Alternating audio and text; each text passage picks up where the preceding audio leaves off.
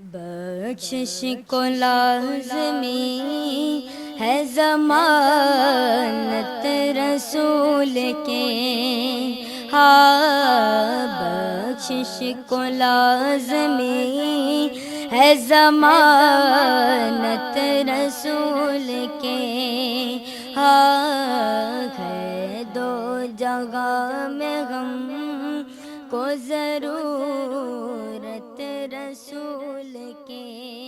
ناظرین کرام السلام علیکم ورحمۃ اللہ وبرکاتہ۔ آپ سب کا اور ہمارا پروگرام نور شریعت میں آپ کا خیر مقدم کرتا ہوں۔ ناظرین کرام، ہمارے ساتھ موجود حضرت علامہ مولانا مفتی مجاہد علی نقشبندی صاحب قبلہ ادام اللہم عالیہ موجود ہیں۔ ہم حضرت کا خیر مقدم کرتے ہیں اس پروگرام میں۔ السلام علیکم ورحمۃ اللہ وبرکاتہ۔ ناظرین کرام، آج کا نیشا اسلامک کا خصوصی پروگرام نور شریعت میں آج کا موضوع ہوگا سیرت سیدنا عثمان غنی رضی اللہ تعالیٰ عنہ۔ اس پر ہم گفتگو کریں گے۔ ناظرین کرام، ایک کالر ہمارے ساتھ ہیں، ہم کو شامل کرتے ہیں اس پروگرام میں۔ ناظرین کرام، حضرت سیدنا عثمان غنی رضی اللہ تعالیٰ عنہ کی شخصیت اور آپ کی سیرت طیبہ کے مختلف گوشوں پر آج ہم مفتی صاحب سے گفتگو کریں گے۔ سیدنا عثمان غنی رضی اللہ تعالیٰ عنہ کی شخصیت اور آپ کا مقام و مرتبہ، اس پر ہم گفتگو کریں گے۔ مفتی صاحب، حضرت سیدنا عثمان غنی رضی اللہ تعالیٰ عنہ کی فضیلت اور آپ کا مقام، ایک کالر ہمارے ساتھ ہے، اس کو ہم شامل کریں گے۔ السلام علیکم۔ السلام علیکم ورحمۃ اللہ وبرکاتہ۔ وعلیکم السلام ورحمۃ اللہ وبرکاتہ۔ جی بھائی، کون اور کہاں سے؟ میں محمد شاہ نواز سعادت نگر سے بات کر رہا ہوں۔ جی شاہ نواز صاحب، میں مفتی صاحب کا خیر مقدم کرتا ہوں جی الحمدللہ۔ اور میزبان صاحب کا بھی خیر مقدم کرتا جی الحمدللہ۔ ہوں۔ ہاں، میرا سوال یہ ہے جی مفتی صاحب سے، ادبل سوال یہ ہے کہ حضرت عثمان غنی رضی اللہ تعالیٰ عنہ جو ہیں، جی جیسے بڑے بزرگ بتاتے ہیں یا قرآن حدیث سے فضیلت ہے، مطلب 1,24,000 پیغمبر آئے، جی 1,25,000 پیغمبر اس دنیا میں اللہ تعالیٰ نے بھیجے ہیں، جی تو حضرت عثمان غنی رضی اللہ تعالیٰ عنہ کا نمبر کون سا ہے اور ان کا درجہ کیا ہے؟ جیسے ہم حضور افضل صلی اللہ علیہ وسلم کو زیادہ درجہ دیتے ہیں، جی ہمارے آخری نبی ہیں، اس لیے انہیں ہم زیادہ ترجیح اور بڑا درجہ دیتے ہیں، جی تو حضرت عثمان غنی رضی اللہ تعالیٰ عنہ کس نمبر پہ پیغمبر تھی جی اور ان کی فضیلت کے بارے میں جی تفصیلی گفتگو مفتی صاحب سے سننا چاہتا ہوں۔ جی انشاءاللہ ہم آپ کے سوال کا جواب دیں گے۔ جزاک اللہ۔ جزاک اللہ۔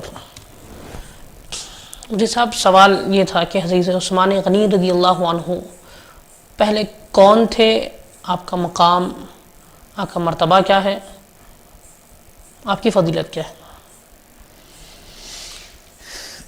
الحمد للہ رب العالمین، الصلاة والسلام علی سیدنا و سید الانبیاء والمرسلین وعلی آلہ الطیبین الطاہرین و اصحابہ الاکرمین اجمعین، اما بعد۔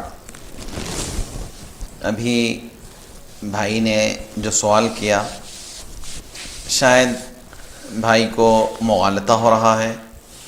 حضرت سیدنا عثمان غنی رضی اللہ عنہ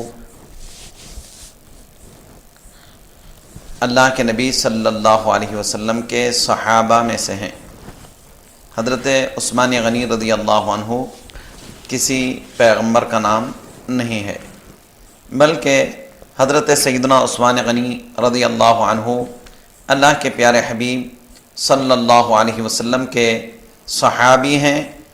آپ کا مقام صحابیت میں ہے، اور رہی بات یہ کہ 1,24,000 انبیاء علیہم الصلاۃ کی جو گنتی بتائی جاتی ہے، ساتھ ہی یہ بھی بتا دیا جاتا ہے کہ کم و بیش، یعنی 1,24,000 سے کچھ کم بھی ہو سکتے ہیں یا 1,24,000 سے کچھ زائد بھی ہو سکتے ہیں۔ حقیقی گنتی اللہ رب العزت کو معلوم ہے کہ کتنے پیغمبر دنیا میں آئے، لیکن اندازاً 1,24,000 انبیاء علیہم السلام بتایا جاتا ہے، اور ساتھ میں یہ لفظ بھی استعمال کیا جاتا ہے کہ کم و بیش، اس سے کچھ کم بھی ہو سکتے ہیں، اس سے کچھ زائد بھی ہو سکتے ہیں۔ رہی بات یہ کہ حضرت سیدنا عثمان غنی رضی اللہ عنہ پیغمبر نہیں ہیں، اللہ کے پیارے نبی صلی اللہ علیہ وسلم کے صحابی ہیں، اور اللہ رب العزت نے صحابہ کے متعلق ارشاد فرمایا رضی اللہ عنہم ورضوا عنہ، اللہ رب العزت ان تمام سے راضی ہے اور یہ تمام کے تمام اللہ رب العزت سے راضی ہیں۔ تو ان کا مقام، ان کا مرتبہ اللہ رب العزت نے خود بلند فرمایا، اور سیدنا عثمان غنی رضی اللہ عنہ خاندانی اعتبار سے بہت امیر آدمی تھے، ان کے پاس بہت مال تھا، بہت دولت تھی۔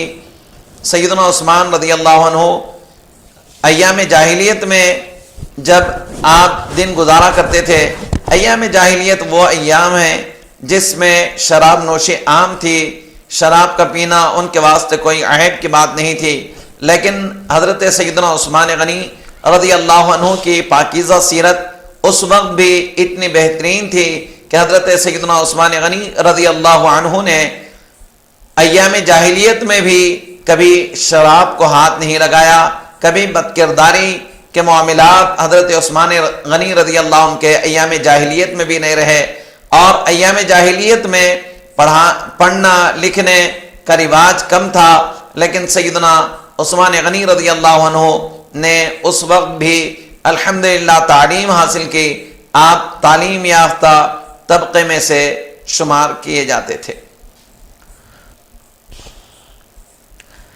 سبحان اللہ۔ ناظرین کرام، ابھی آپ مفتی صاحب سے سماعت فرما رہے تھے، سیدنا عثمان غنی رضی اللہ عنہ کی شخصیت دور جاہلیت میں بھی آپ الحمدللہ ہر گناہ سے پاک و شفاف تھے، پاکیزہ تھے، دور جاہلیت کی تمام جاہلی رسومات سے آپ بچے ہوئے تھے الحمدللہ۔ مفتی صاحب، عرض کرنا یہ ہے کہ عثمان غنی رضی اللہ تعالیٰ عنہ خلیفہ اول دوم خلفۂ راشدین میں جو مقام مرتبہ آپ کو حاصل ہوا، اس بارے میں آپ کچھ گفتگو فرمائیے۔ اللہ کے نبی صلی اللہ علیہ وسلم نے ارشاد فرمایا الائمۃ من القریش، جتنے امام ہوں گے، یعنی یہاں پر امام سے مراد خلیفہ مراد تھا، تو جتنے خلفاء ہوں گے وہ سب کے سب قریش میں سے ہوں گے۔ تو حضرت سیدنا عثمان غنی رضی اللہ عنہ کا تعلق اگرچہ کہ بنو امیہ سے ہے، لیکن آپ بھی قریشی ہیں۔ حضرت عثمان غنی رضی اللہ عنہ کو تیسری خلافت حاصل ہے، خلافت راشدہ میں، اور حضرت سیدنا عثمان غنی رضی اللہ عنہ کے خلافت کے ایام تینوں خلفاء سے زائد رہے۔ آپ 13 سال کچھ مہینے آپ نے خلافت فرمایا۔ ناظرین کرام، ابھی آپ سماع فرما رہے تھے سیدنا عثمان غنی رضی اللہ تعالیٰ عنہ خلیفہ سوم تھے۔ ایک کالر ہمارے ساتھ ہیں، ہم کو شامل کریں گے۔ السلام علیکم ورحمۃ اللہ۔ وعلیکم السلام ورحمۃ اللہ وبرکاتہ۔ جی مفتی صاحب کا شکر گزار ہوں کہ مجھے یہ مغالطہ دور ہو گیا جی کہ حضرت عثمان غنی رضی اللہ تعالیٰ عنہ ایک صحابی تھے۔ جی جی جی، اس بات کی جو ہے سو تفصیل معلوم ہوئی۔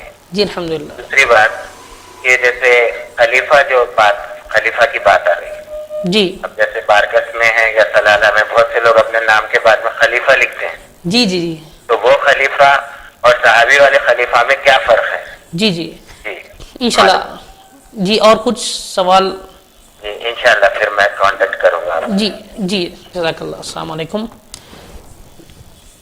جی صاحب، سوال یہ ہے کہ خلفاء کی یعنی اصطلاحی معنی شریعت مطہرہ میں خلیفہ کی خصوصی جو تعریف ہے اس پر گفتگو.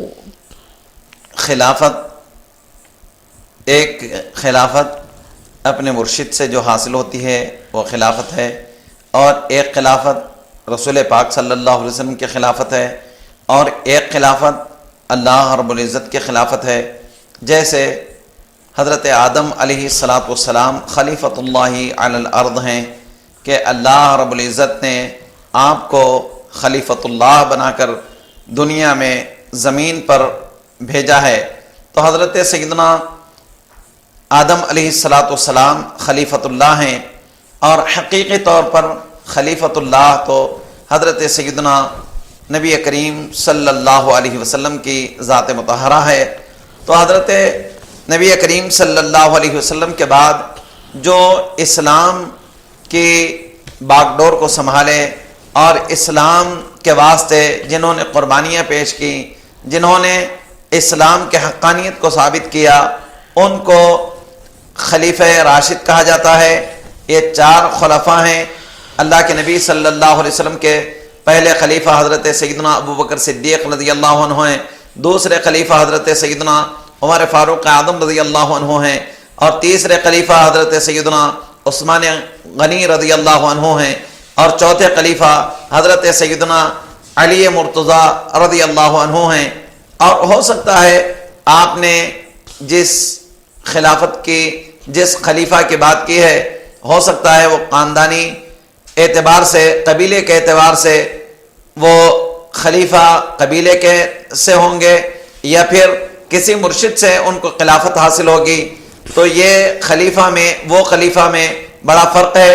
جو اللہ کے نبی صلی اللہ علیہ وسلم کے جنہیں خلافت کے متعلق کہا جاتا ہے، وہ دین کے ایسے معمار ہیں، دین کے ایسے ستون ہیں کہ حضرت ابوبکر صدیق رضی اللہ عنہ نبی کریم صلی اللہ علیہ وسلم کے وصال ظاہری کے بعد اسلام کی باغ ڈور کو جو بکھیرنے والی تھی، جو بکھر رہی تھی، ایسے وقت میں سیدنا ابوبکر صدیق رضی اللہ عنہ نے خلافت کو سنبھالا اور الحمدللہ اسلام کی باغ ڈور کو سنبھالا. بہت ہی اچھے انداز میں اسلام کی خدمت فرمائی. پھر اس کے بعد سیدنا فاروق اعظم رضی اللہ عنہ نے زمین پر بہت اسلام کو پھیلایا، اور حضرت سیدنا عثمان رضی اللہ عنہ نے قرآن پاک کو کے نسخے بنائے جو آج ہمارے ہاتھوں میں ہے. حضرت سیدنا عثمان غنی رضی اللہ عنہ کی مہربانی ہے کہ حضرت سیدنا عثمان رضی اللہ عنہ نے آج کے نسخوں کے اعتبار سے اس کو شکل دی. خط عثمانی الگ ہے، اس میں زبر زیر پیش وغیرہ نہیں ہوتا تھا، اور اس دور میں ضرورت بھی نہیں تھی. اس دور میں پڑھنے والے قرآن پاک کو بغیر اعراب کے پڑھ سکتے تھے. تو حضرت سیدنا عثمان رضی اللہ عنہ نے خلافت اسلامیہ میں فائز رہے، اور الحمدللہ آپ 11 سال 13 مہینے آپ نے خلافت کو سنبھالا. تو الحمدللہ بہت ہی اچھے انداز میں فتنوں کو دبا کر حضرت سیدنا عثمان رضی اللہ عنہ خلافت پر فائز رہے. تو حاضرین، حضرت سیدنا عثمان رضی اللہ عنہ خلیفہ ثالث ہیں. یہ خلیفہ وہ ہیں کہ جن کے متعلق حضور نبی کریم صلی اللہ علیہ وسلم نے ارشاد فرمایا، علیکم بسنتی وسنت خلفاء الراشدین المہدیین، تم پر میری سنت واجب ہے، اور میرے بعد میرے خلفاء جو راشدین ہیں، یعنی ہدایت یافتہ بھی ہیں اور مہدیین ہیں، ہدایت دینے والے بھی ہیں، ان کی اتباع تم پر لازم ہے. تو حضور نبی کریم صلی اللہ علیہ وسلم نے یہاں تک بھی ارشاد فرمایا کہ میرے بعد 30 سال خلافت رہے گی، اس کے بعد بادشاہت ہو جائے گی، پھر خلافت عود کر آئے گی، پلٹ کر آئے گی.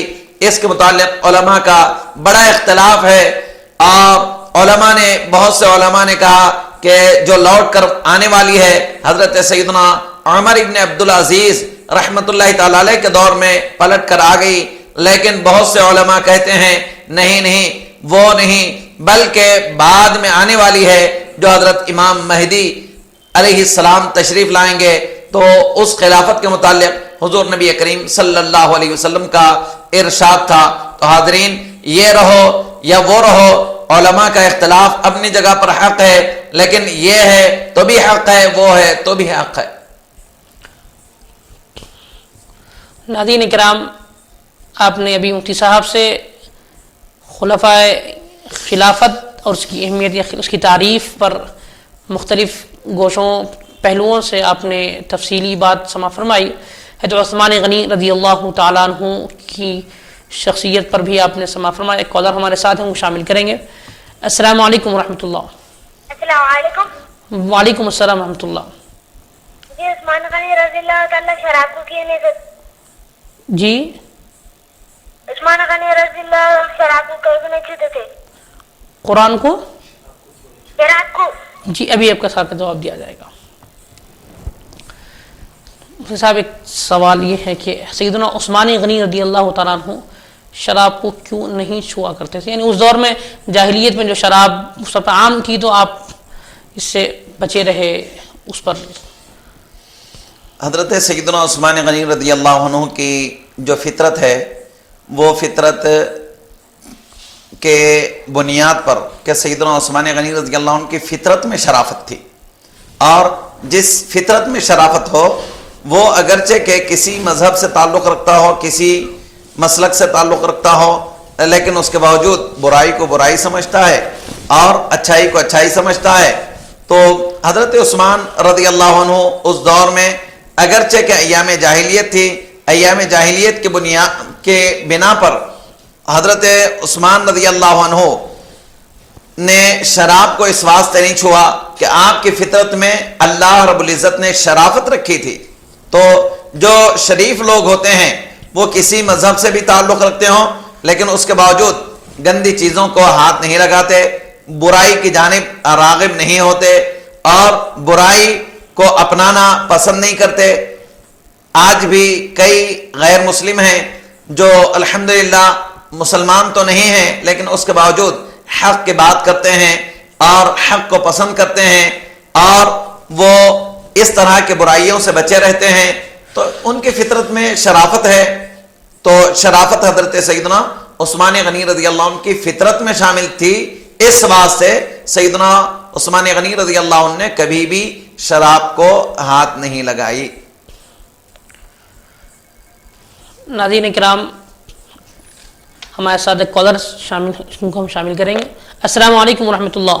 وعلیکم السلام ورحمۃ اللہ وبرکاتہ. جی صحابہ رضی اللہ تعالیٰ عنہ اجمعین کے زمانے میں جی دور تھا کہ وہ ایک یا دو یا تین یا چار شادیاں بھی کرتے تھے. جی جی ایک سنت کے طریقے سے، شوقیہ نہیں، صرف سنت کے طریقے سے. جی کہ کوئی مجبور بے سہارا بیوہ ہے، غریب ہے، یتیم ہے، یسیر ہے، تو اس کو ایک سہارا دینے کے مقصد سے نکاح کرتے تھے اور ان کے ساتھ ان کا حق برابر ادا کرتے تھے اپنے اپنے بیوی اور بچوں کا. جی تو حضرت عثمان غنی رضی اللہ تعالیٰ عنہ اجمعین جو ہیں ہمارے صحابی، ان کی کتنی بیوی ہیں، کتنے بچے تھے، اس ذرا تفصیل معلوم چاہیے. جی انشاءاللہ آپ سوال کا جواب دیا جائے گا. جی صاحب، سوال یہ ہے کہ حضرت عثمان غنی رضی اللہ تعالیٰ عنہ کی کتنے نکاح ہوئے، آپ نے کتنے نکاح فرمائے اور آپ کے صاحبزادگان کتنے تھے؟ حضرات صحابہ رضوان اللہ تعالیٰ علیہم اجمعین کے بارے میں یہ بات اپنے پاس گرہ باندھ کر رکھ لیں کہ ان کے جو امور ہیں یہ سارے کے سارے امور نفس پرستی کے واسطے ہرگز نہیں ہیں. جیسے آپ نے خود فرمایا الحمدللہ کہ یہ لوگ نفس پرستی کے واسطے کوئی کام نہیں کیے. یہ لوگ جب بھی کوئی قدم اٹھاتے تو اللہ اور اس کے رسول کی رضا کے واسطے قدم اٹھاتے. سیدنا عثمان غنی رضی اللہ عنہ کو ایک اعزاز ایسا حاصل ہے کہ دنیا میں کسی فرد کو ایسا اعزاز حاصل نہیں تھا. حضرت آدم علیہ السلام سے لے کر ہمارے نبی صلی اللہ علیہ وسلم کی امت تک کسی امتی کو یہ اعزاز حاصل نہیں ہے، کسی فرد کو یہ اعزاز حاصل نہیں ہے کہ کسی نبی کی دو صاحبزادیاں کسی فرد کے نکاح میں ہوں.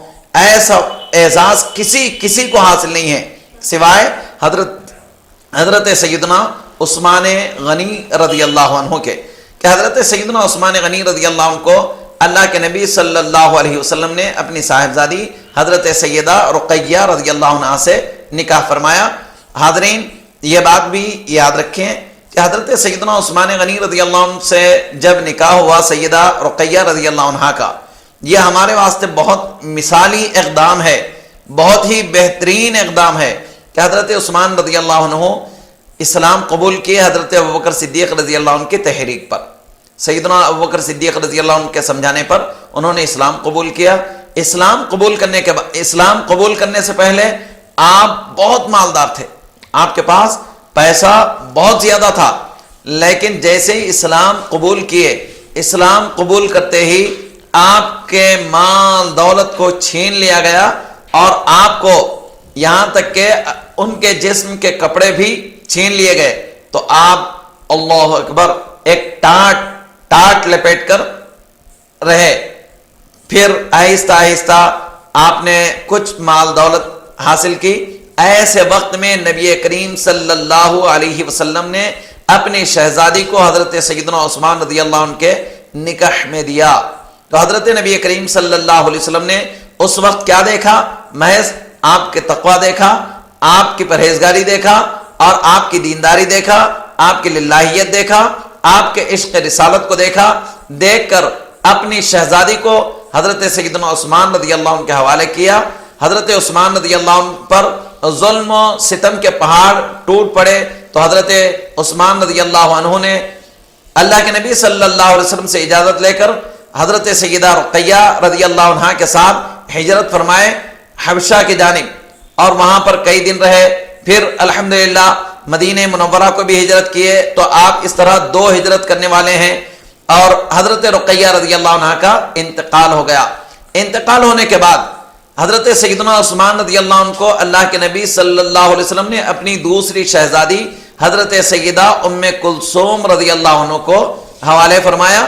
اس طرح آپ نبی کریم صلی اللہ علیہ وسلم کے 2 شہزادیوں سے آپ نے نکاح فرمایا۔ تو آپ کو ذو النورین کہا جاتا ہے۔ اس کے کئی وجوہات بیان کیے جاتے ہیں۔ ایک وجہ یہ ہے کہ حضرت آدم علیہ السلام سے لے کر نبی کریم صلی اللہ علیہ وسلم تک سوائے سیدنا عثمان غنی رضی اللہ عنہ کے کسی اور فرد کو یہ اعزاز حاصل نہیں ہے کہ وہ کسی نبی کے 2 شہزادیاں ان کے نکاح میں آئیں۔ یہ اعزاز صرف حضرت عثمان رضی اللہ عنہ کو، اس وجہ سے آپ کو ذو النورین کہا جاتا ہے۔ دوسری وجہ یہ ہے کہ نبی کریم صلی اللہ علیہ وسلم نور ہیں، اور نبی کریم صلی اللہ علیہ وسلم کے سے تعلق رکھنے والا ہر چیز نورانی ہے۔ جیسے ہم مدینہ شریف کو مدینہ منورہ کہتے ہیں، وہ شہر جو کل تک یثرب تھا، یثرب کا مطلب بیماریوں کا گھر تھا، لیکن آج وہ شفا کا گھر بھی ہے، وہ مدینہ الشفا بھی ہے، اور مدینہ منورہ بھی ہے کہ وہاں پر ایسا نور جلوگر ہے، جو نور اللہ رب العزت کے بعد اگر کسی کا مقام ہے، اگر کسی کا مرتبہ ہے، تو وہ نور مصطفیٰ صلی اللہ علیہ وسلم کا ہے۔ تو اس واسطے حضرت نبی کریم صلی اللہ علیہ وسلم کی نسبت سے وہ شہر نورانی ہے۔ تو اب سوچئے نبی کریم صلی اللہ علیہ وسلم کے شہزادیاں نور ہیں، تو اس واسطے 2 نور حضرت عثمان رضی اللہ عنہ کے نکاح میں ہیں، تو اس واسطے آپ کو ذو النورین کہا جاتا ہے، 2 نور کو حاصل کرنے والے۔ تو حضرت علی مرتضیٰ شیر خدا رضی اللہ عنہ سے کسی پوچھنے والے نے سیدنا عثمان رضی اللہ عنہ کے متعلق پوچھا کہ حضرت عثمان رضی اللہ عنہ کا معاملہ کیا ہے؟ تو حضرت علی مرتضیٰ شیر خدا رضی اللہ عنہ ارشاد فرماتے ہیں، ان کا کیا پوچھنا، ان کو تو اللہ کے نبی صلی اللہ علیہ وسلم کے 2 شہزادیاں ان کے نکاح میں ہیں۔ تو حضرت عثمان رضی اللہ عنہ کے صاحبزادے اور صاحبزادگان میں حضرت عمر عبداللہ نام ہے۔ تو حضرت عثمان رضی اللہ عنہ کو اسلام سے پہلے ابو عمر کی کنیت تھی، لیکن اسلام قبول کرنے کے بعد ابو عبداللہ کے کنیت سے آپ کو پہچانا جاتا ہے۔ حضرت عثمان رضی اللہ عنہ ابو عبداللہ ہیں، یہ کنیت ہے، اور آپ کا لقب ذو النورین بھی ہے اور غنی بھی ہے۔ اللہ کے نبی صلی اللہ علیہ وسلم نے آپ کو غنی کا خطاب دیا۔ وہ کسی اور موقع پر حضرت عثمان رضی اللہ عنہ کو غنی کا خطاب عنایت فرمایا. تو آپ غنی کے خطاب سے بھی جانے جاتے ہیں, ذو النورین کے خطاب سے بھی جانے جاتے ہیں, اور کامل الحیاء والایمان, کامل الحیاء کے اعتبار سے بھی آپ جانے جاتے ہیں. آپ کے شہزادے اور شہزادگان شہزادیوں کے متعلق مجھے صحیح طور پر علم نہیں ہے, انشاءاللہ پھر کبھی تفصیلی طور پر شہزادے اور شہزادیوں کے متعلق میں آپ کو بتاؤں.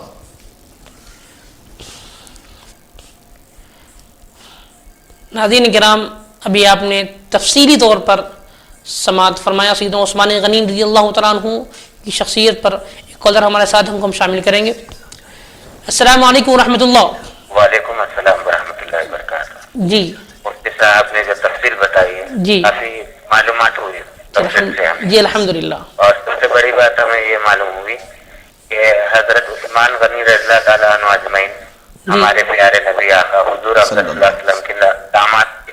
جی یہ بہت اہم بات ہمیں معلوم ہے. جی الحمدللہ. اور جو دو نکاح اور صاحبزادے وغیرہ کی تفصیل جو بعد میں بتائیں گے, جی خیر اس کے بارے میں شکر گزار ہوں مفتی صاحب کا.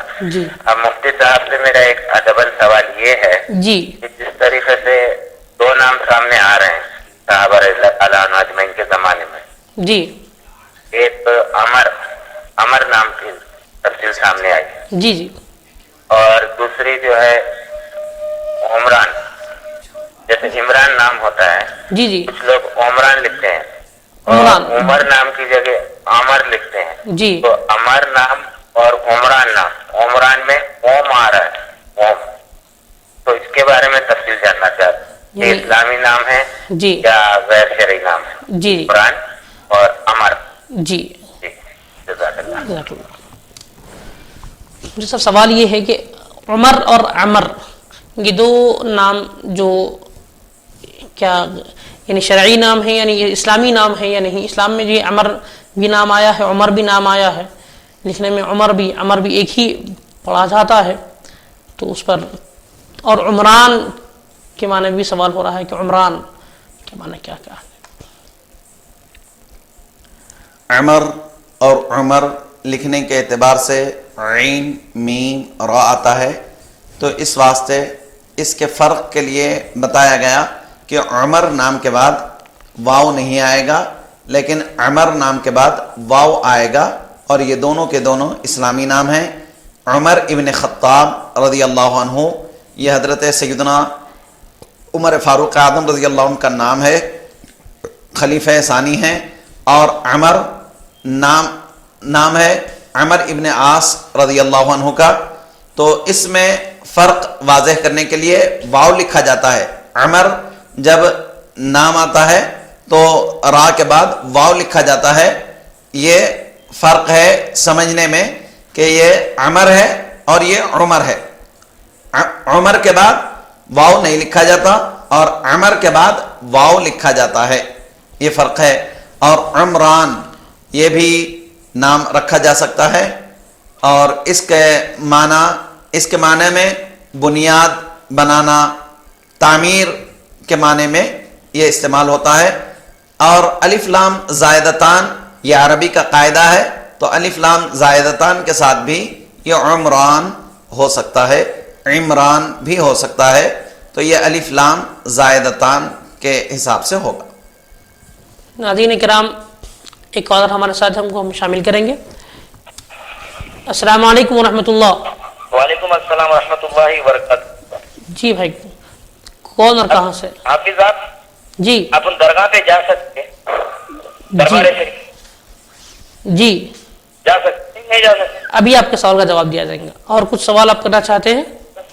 قبرستان میں پھول چڑھا سکتے ہیں, نہیں چڑھا سکتے؟ قبرستان میں پھول چڑھانا یا نہیں چڑھانا؟ جی. اور بس جی آپ کے سوال کا جواب دیا جائے گا. صاحب کا سوال ہے کہ درگاہ شریف کو جانا چاہیے یا نہیں جانا چاہیے, جانے کا جواز, اور ساتھ میں پھول کو چڑھانا, اس کا کیا عمل ہے؟ نبی کریم صلی اللہ علیہ وسلم نے ابتدائے اسلام میں بہت سے چیزوں کو منع فرمایا تھا.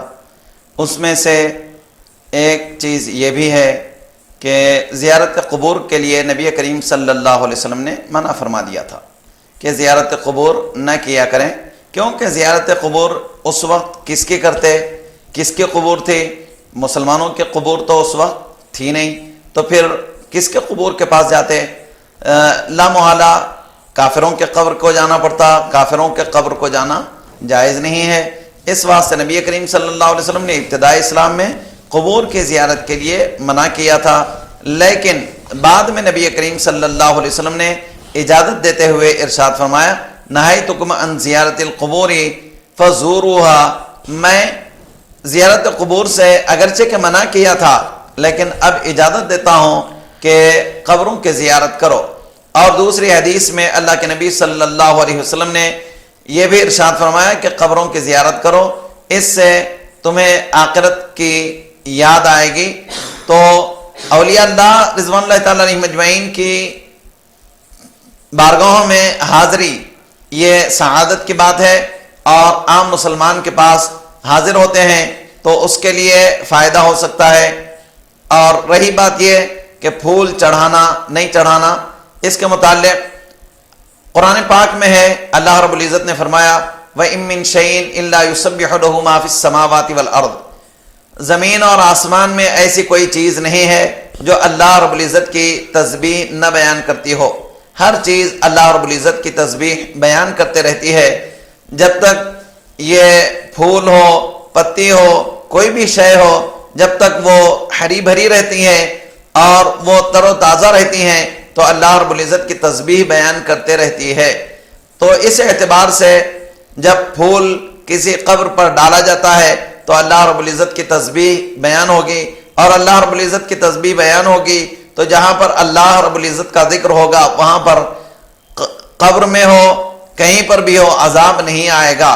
تو اس اعتبار سے عقیدہ اہل سنت یہ ہے کہ قبروں پر پھول ڈالنے سے عذاب میں تخفیف ہوگی، عذاب نہیں ہوگا، اللہ کی رحمتوں کا نزول ہوگا، اللہ رب العزت کی برکتوں کا نزول ہوگا، اور اللہ رب العزت کا ذکر ہوتا رہے گا۔ اس اعتبار سے قبروں پر پھول ڈالنا بھی جائز ہے۔ ناظرین کرام، ابھی آپ نے سماع فرمایا کہ زیارت قبور پر جانا جائز ہے اور پھول چڑھانا، اس پر آپ سماع فرما رہے تھے۔ کالر ہمارے ساتھ ہم کو شامل کریں گے۔ السلام علیکم ورحمۃ اللہ۔ وعلیکم السلام ورحمۃ اللہ وبرکاتہ۔ جی جس طریقے سے سوال پہ سوال آ رہے ہیں مفتی صاحب کے سامنے، جی اب خبر اور خبرستان کے مسئلے مسائل بھی آ گئے۔ جی جی ابھی ہمارا پروگرام تو حضرت عثمان غزنوی رضی اللہ تعالیٰ عنہ کے بارے میں چل رہا ہے، جی جی مگر ایک بھائی نے بہت اچھا سوال کیا، میں ان کا شکر گزار ہوں۔ جی اور اسی نسبت سے ایک سوال میرا مفتی صاحب سے بھی ادباً سوال یہ کیا جاتا ہے جی کہ جس طریقے سے ابھی آپ نے فرمایا کہ ہر چیز اللہ کی شے ہے اور وہ اللہ کی تسبیح کر، چاہے وہ پھول ہو، پتی ہو، درخت ہو، پرندے ہو، چرندے ہو، سب اللہ کی بنائی ہوئی چیز ہے۔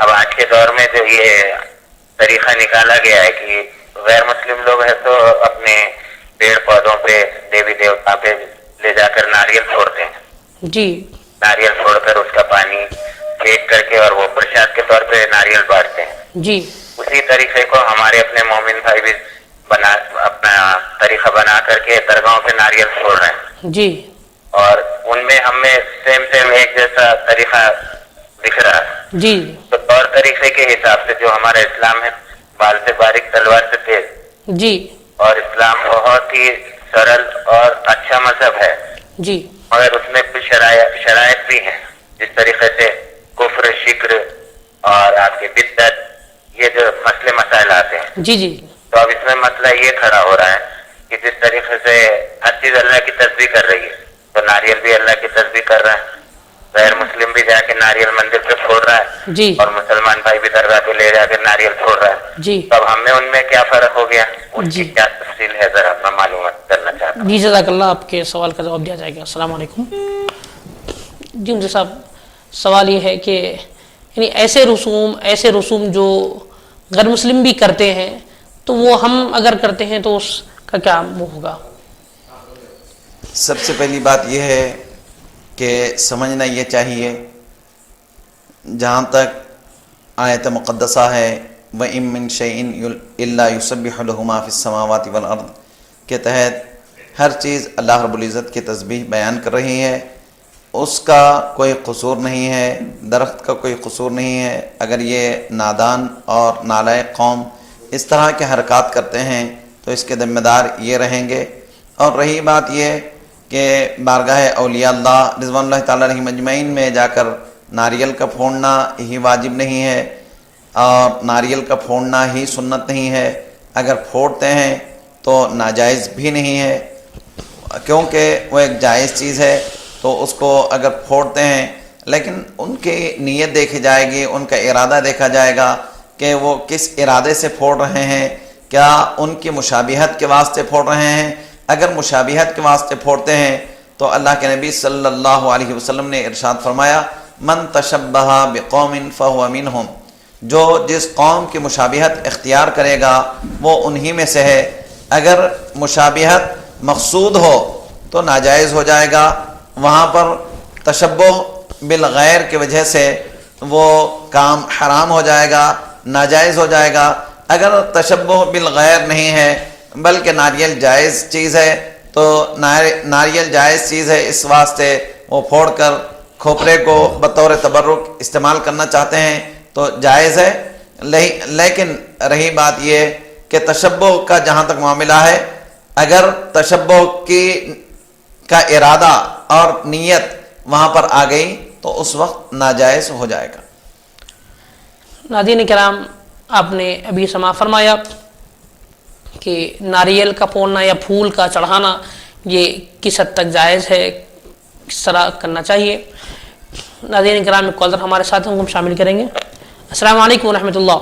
وعلیکم السلام ورحمۃ اللہ وبرکاتہ۔ جی مفتی صاحب سے ادباً ایک سوال اور میرے ذہن میں آ رہا ہے جی کہ جس طریقے سے اسلامی اعتبار سے کوئی جی شخص مر گیا، اس کا انتقال ہو گیا اور اسے لے جا کر قبرستان میں دفنا دی، جی تو اس کی جو مدت ہے خبر کی، وہ کہتے ہیں 20 سال تک وہ مرتد جو دفن ہے اس کی مدت ختم ہو جاتی ہے، پھر 20 سال بعد اسی خبر میں دوسرے مردے کو دفنایا جا سکتا ہے۔ جی مگر ابھی ایک تازہ مسئلہ ہمارے سامنے آیا، اسی رمضان میں ایک واقعہ ہم نے پیش آیا کہ ایک بڑی بھی کا انتقال ہوا جی رمضان میں، اور ان کے شوہر کا ان سے 12 سال پہلے انتقال ہوا تھا، جی اور یہ بڑی بھی وصیت یہ کیے تھے کہ جب بھی میرا انتقال ہو مجھے میرے شوہر کی خبر میں ہی دفنانا، کہیں اور نہیں دفنانا، جی اور ان کی وصیت کے مطابق ویسا ہی ہوا، ان کے شوہر کی خبر میں ہی انہیں دفنایا گیا جو 12 سال پہلے دفن ہوئے تھے۔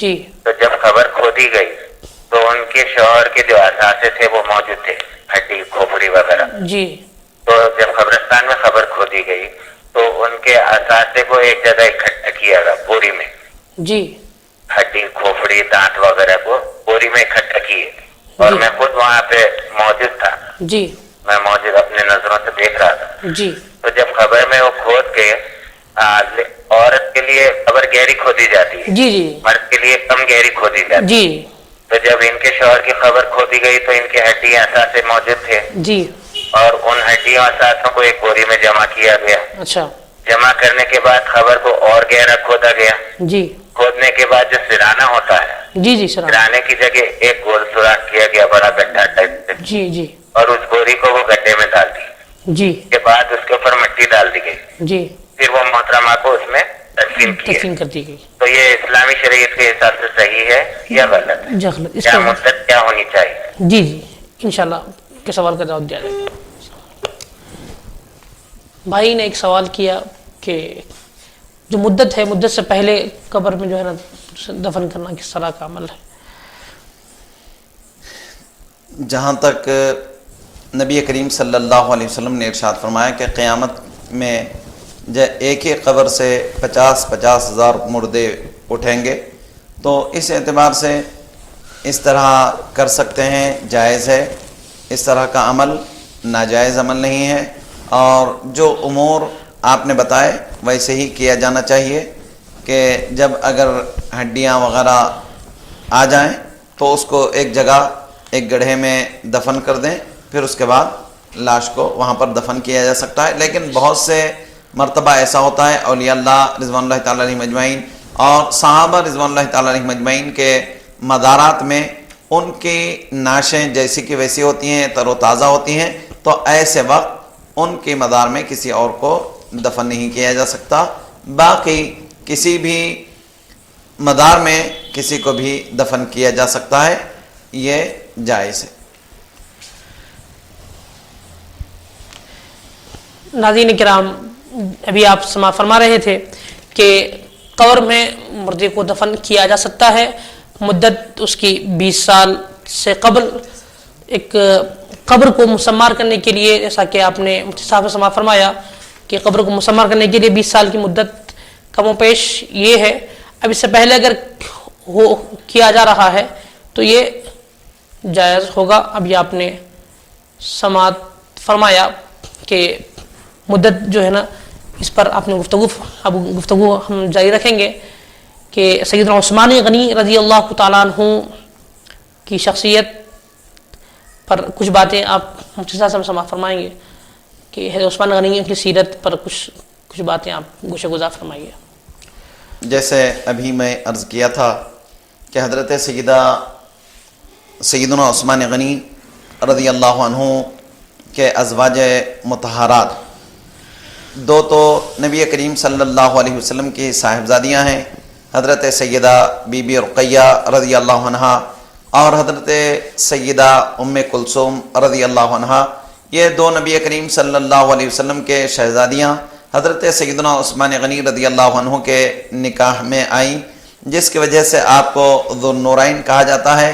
حضرت ام کلثوم رضی اللہ عنہا کے انتقال کے بعد حضرت فاقدہ بنت غزوان اور ام عمر بنت زمزم اور فاطمہ بنت ولید اور بی بی نائلہ ام بنین, ان سے بھی نکاح ہوا. اور ایک اور زوجہ ہیں بی بی رملہ رضی اللہ عنہا. جب حضرت سیدنا عثمان غنی رضی اللہ عنہ کی شہادت کا وقت آیا تو حضرت سیدنا عثمان غنی رضی اللہ عنہ کے عقد نکاح میں حضرت رملہ, حضرت بی بی نائلہ رضی اللہ عنہا آپ کے عقد نکاح میں تھی, اور آپ ہی کے ہاتھوں میں حضرت سیدنا عثمان غنی رضی اللہ عنہ شہید ہوئے. اور حضرت سیدنا عثمان غنی رضی اللہ عنہ کی شہادت کا انتہائی بدبختانہ طور پر نالائق قوم نے حضرت سیدنا عثمان غنی رضی اللہ عنہ کو شہید کیا. اور سیدنا عثمان غنی رضی اللہ عنہ حالانکہ اس وقت ارشاد فرماتے رہے کہ اے لوگو میرا قصور کیا ہے یہ تو بتا دو. اور سیدنا عثمان غنی رضی اللہ عنہ کا حال یہ تھا کہ سیدنا عثمان غنی رضی اللہ عنہ کے بارگاہ میں صحابہ عرض کرنے لگے کہ اے امیر المومنین آپ حکم دے دیجئے, ان باغیوں کو ہم قتل کر دیں گے. سیدنا عثمان غنی رضی اللہ عنہ کا عقیدہ دیکھو اور ایمان دیکھو. سیدنا عثمان غنی رضی اللہ عنہ نے ارشاد فرمایا نہیں, خدا کی قسم میں مدینہ پاک میں کسی قسم کا خون بہا نہیں چاہتا کہ یہاں پر خون بہا جائے. اس واسطے سیدنا عثمان رضی اللہ عنہ نے اپنی شہادت کو گوارا کیا, لیکن مدینہ پاک کی حرمت پر حرف آتا ہوا حضرت عثمان غنی رضی اللہ عنہ نے برداشت نہیں فرمایا. یہ حضرت سیدنا عثمان غنی رضی اللہ عنہ کا جذبہ ہے, سیدنا عثمان غنی رضی اللہ عنہ کا عقیدہ ہے, نبی کریم صلی اللہ علیہ وسلم سے عقیدت ہے, اللہ کے نبی صلی اللہ علیہ وسلم سے محبت ہے. یہ حضرت سیدنا عثمان غنی رضی اللہ عنہ کا مقام اور مرتبہ ہے کہ حضرت سیدنا عثمان غنی رضی اللہ عنہ نے اپنی آخری خون کے خطرے کے بہانے تک بھی نبی کریم صلی اللہ علیہ وسلم کے شہر مقدس کا احترام کرتے رہے. ناظرین کرام, آپ سماعت فرما رہے تھے سیدنا عثمان غنی رضی اللہ عنہ. ایک کالر ہمارے ساتھ ہم شامل کریں گے. السلام علیکم ورحمۃ اللہ. وعلیکم السلام ورحمۃ اللہ. جی, حضرت عثمان غنی رضی اللہ تعالیٰ عنہ اجمعین جو بعد میں اسلام قبول کر کے مومن ہوئے, جی, پہلے وہ دوسرے قوم میں اعتبار کرتے تھے, جی, جیسے مفتی صاحب نے بتایا, یہ بہت اچھی بات سامنے آئی.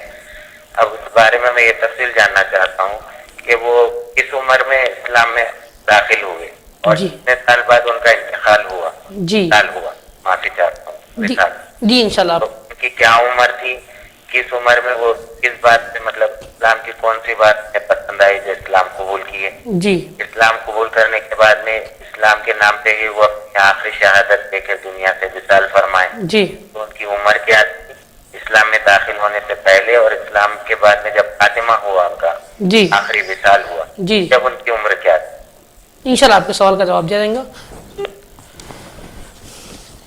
صاحب عرض کرنا یہ ہے کہ حضرت عثمان غنی رضی اللہ تعالیٰ عنہ کی خلافت میں مصحف قرآن کو جمع کیا گیا. یعنی مکمل طور پر تو پہلے اس پر کام ہوا تھا، یعنی بعد میں ہے تو عثمان غنی عنہ کو جو حکم ہوا کہ قریش کی نہج پر قرآن کو پڑھا جائے، تو اس پر ہم کچھ گفتگو کریں گے. ایک کالر ہمارے ساتھ ہے. السلام علیکم ورحمۃ اللہ. جی جی ہاں بولیے. ہاں میرا ایک سوال ہے. جی بھائی رہتے نا آپ کون؟ آپ ٹی وی کا ویلیوم کم کیجیے. جی ہلو بھائی. ہلو جی بولیے. جو غیر مسلم رہتے نا جی تو ان کے ساتھ اپن کھانا پینا بیٹھنا اٹھنا کر سکتے کیا؟ ان سے دوستی کر سکتے کیا؟ ہاں غیر مسلم سے تعلقات ہاں رکھنا چاہیے نہیں؟ دوستی کر سکتے کیا؟ کھا پی سکتے کیا؟ اپنا کھلا سکتے کیا؟ ان کا اپن کھا سکتے کیا؟ یہ ایک سوال ہے. جی تو ہمارے سوال ہے کیا ہمارے نبی کتنے شادیاں کرے؟ ہلو جی اپن شادیاں کتنے کر سکتے؟ اس کا اجازت ہے، اس کا ہونا ہے میرے کو. جی انشاءاللہ آپ کون اور کہاں سے بات کر رہے ہیں؟ نوٹا نگر سے بات کر رہا ہوں میں. جی نام آپ کا؟ محمد شریف انصاری. جی انشاءاللہ سوال کا جواب دیا جائے گا. سر یہ سوال ہے کہ غیر مسلم سے تعلق کس طرح رکھنا چاہیے؟ غیر مسلم سے تعلق کا جہاں تک معاملہ ہے، غیر مسلم سے ایسے تعلقات نہ رکھیں کہ جس کی وجہ سے اسلامیات پر حرف آتا ہو یا اسلامیات پر فرق آتا ہو. غیر مسلم سے کاروباری تعلق رکھ سکتے ہیں. غیر مسلم سے کاروباری تعلق بھی اسی حد تک رکھیں کہ اس میں اسلامیات پر کوئی فرق نہ پڑے تو یہ جائز ہے. اگر تعلقات بڑھ جاتے ہیں اور بڑھ کر اسلام پر حرف آنے کا اندیشہ ہے تو ایسے وقت تعلقات کا ختم کرنا اچھا ہے. اللہ رب العزت نے ارشاد فرمایا یا ایھا الذین آمنوا لا تتخذوا اليہود والنصارى اولیاء، اے ایمان والو یہودیوں سے اور نصارہ سے تم دوستی مت کرو، اس واسطے کہ یہ اسلام کے دشمن ہیں. تو اسلام کے دشمنوں سے اسلام کی دشمنی پر تعلقات جائز نہیں ہیں. ہاں البتہ کاروباری تعلقات ہیں تو رکھا جا سکتا ہے. ان کے پاس کھانا پینا بھی جائز ہے بشرطے کہ وہ حلال کماتے ہوں، اس کا یقین ہو تو ان کے پاس کھایا جا سکتا ہے، پیا جا سکتا ہے. اگر ان کے پاس حرام کمائی آتی ہے تو پھر حرام کمائی کا کھانا پینا، غیر مسلم تو غیر مسلم، مسلمان کے حرام کمائی کا بھی کھانا جائز نہیں ہے. تو اس حد تک تعلقات نہیں رکھے جا سکتے. ناظرین کرام، ابھی آپ نے سماع فرمایا کہ تعلقات غیر مسلم کے ساتھ کیسے رکھنا چاہیے. یعنی ان سے تعلقات جو ہوں گے صرف کاروباری حد تک ہوں گے یا پھر دنیاوی تعلقات ہی ہوں گے. دینی تعلقات رکھنا یہ جائز نہیں ہے. اور ان کے ساتھ بیٹھنا اٹھنا اور کھانا پینا جو ابھی صاحب سماع فرما رہے تھے کہ ایسے یعنی وہ ایسا کھانا نہ ہو جو یعنی حرام کمائی سے ہو یا پھر پوجا پاٹ کا کھانا ہو. اس طرح کھانا بالکل اس طور پہ حرام ہوگا. ایک کالر ہمارے ساتھ ہم کو شامل کریں گے. السلام علیکم ورحمۃ اللہ. جی آپ کا ٹی وی کا ویلیوم کم کر دیجیے.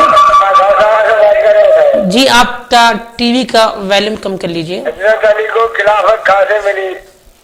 حضرت علی جی حضرت علی رضی اللہ عنہ. جی سلم کو خلافت کہاں سے ملی؟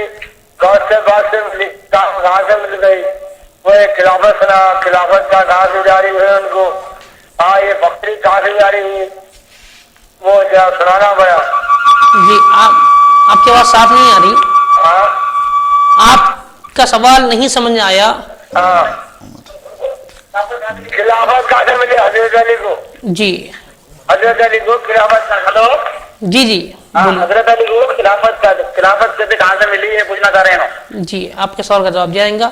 آج کا ٹاپک ہے تو عثمانی غنی رضی اللہ عنہ کی شہادت پر اور آپ کی شخصیت پر ہے. السلام علیکم.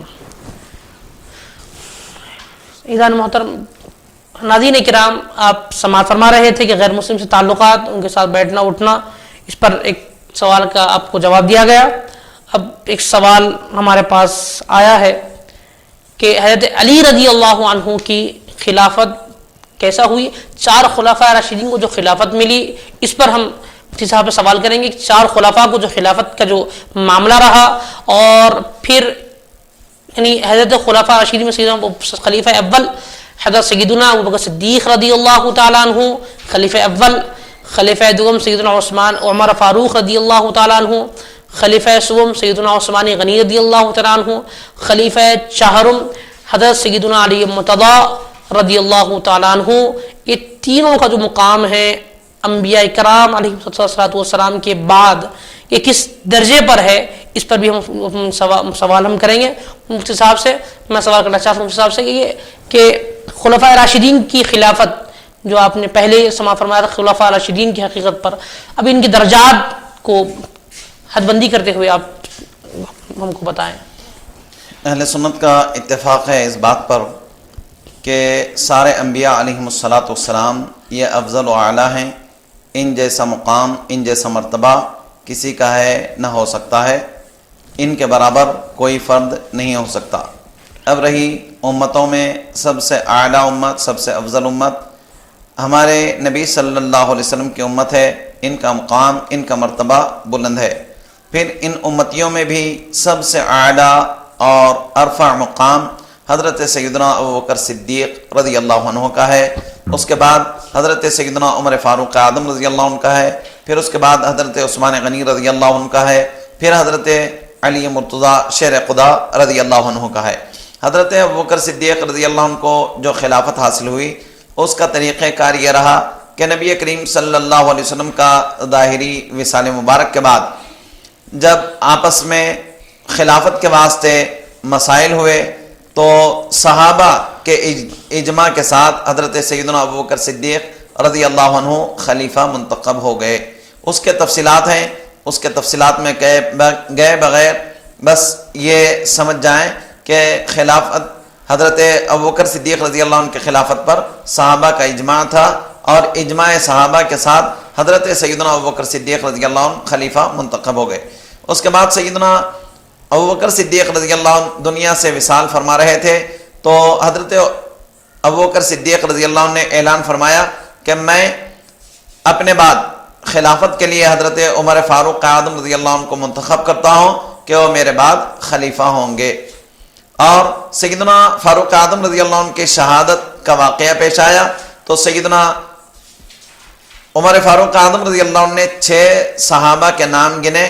ان میں حضرت علی رضی اللہ عنہ بھی ہیں، حضرت عثمان رضی اللہ عنہ بھی ہیں، اور یہ 6 صحابہ کے متعلق حضرت عمر فاروق اعظم رضی اللہ عنہ نے ارشاد فرمایا کہ ان میں سے کسی ایک کو خلیفہ منتخب کر لیا جائے. تو الحمدللہ حضرت عثمان غنی رضی اللہ عنہ کو خلافت کے لیے منتخب کیا گیا.